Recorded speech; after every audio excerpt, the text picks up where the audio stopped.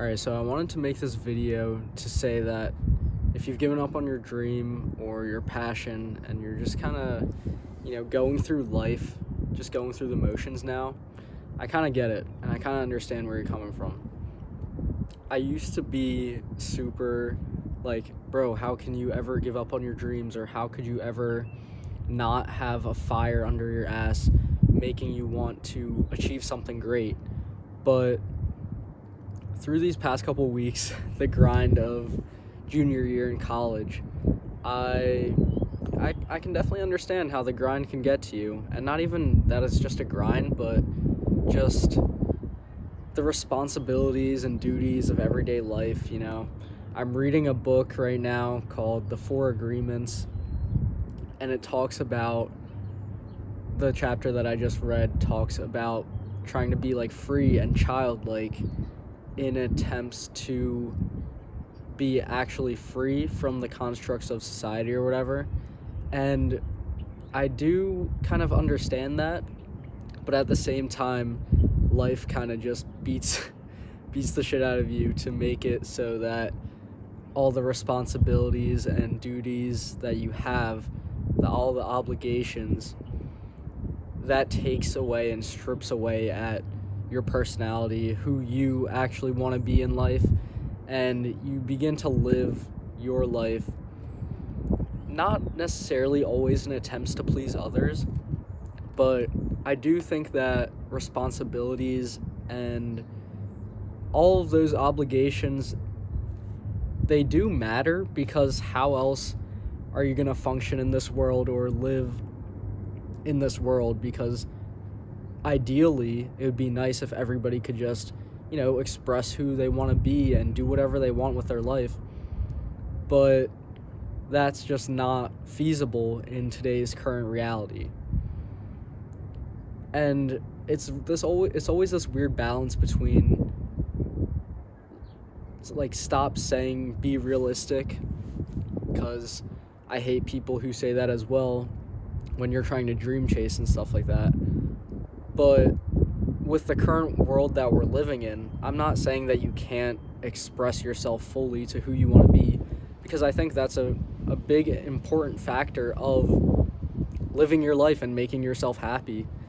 Because if you're always trying to impress others and, live up to other people's standards, that kind of just leads to misery, as I think we've seen through social media and celebrities and famous people just being depressed even when they have what seems to be it all, what we would want, the fame, the money, the status.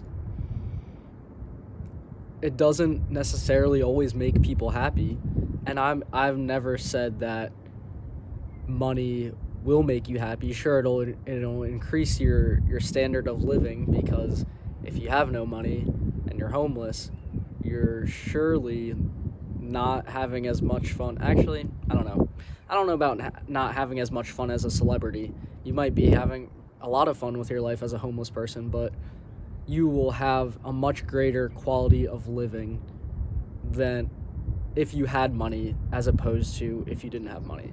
So I can't deny that fact right now. But if this world...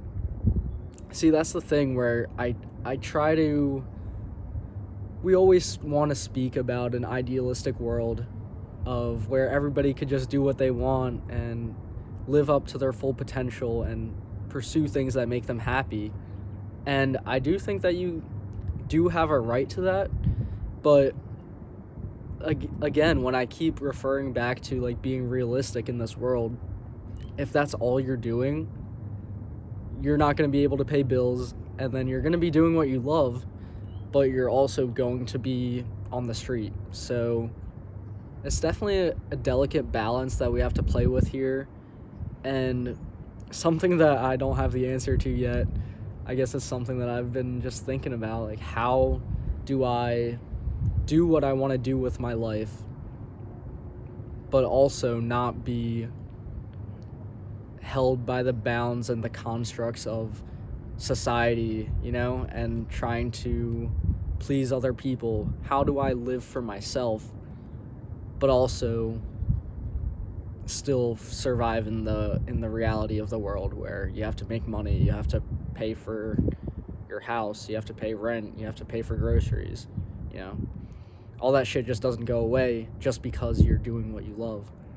And I think the only solution that I found right now, currently, is to get super rich so then you can have all those expenses and whatever, your obligations paid for, and then you don't have to worry about the materialistic part of the world, and you can kind of pursue what makes you happy.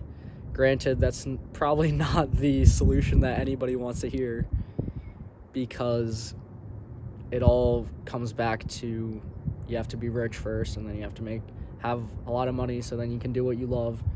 But I don't know. That's what I see the end goal of. You can do what you love for a living. I don't know if I necessarily agree with that saying in its entirety of do what you love and you'll never work a day in your life. I could get into more of that in a different video, but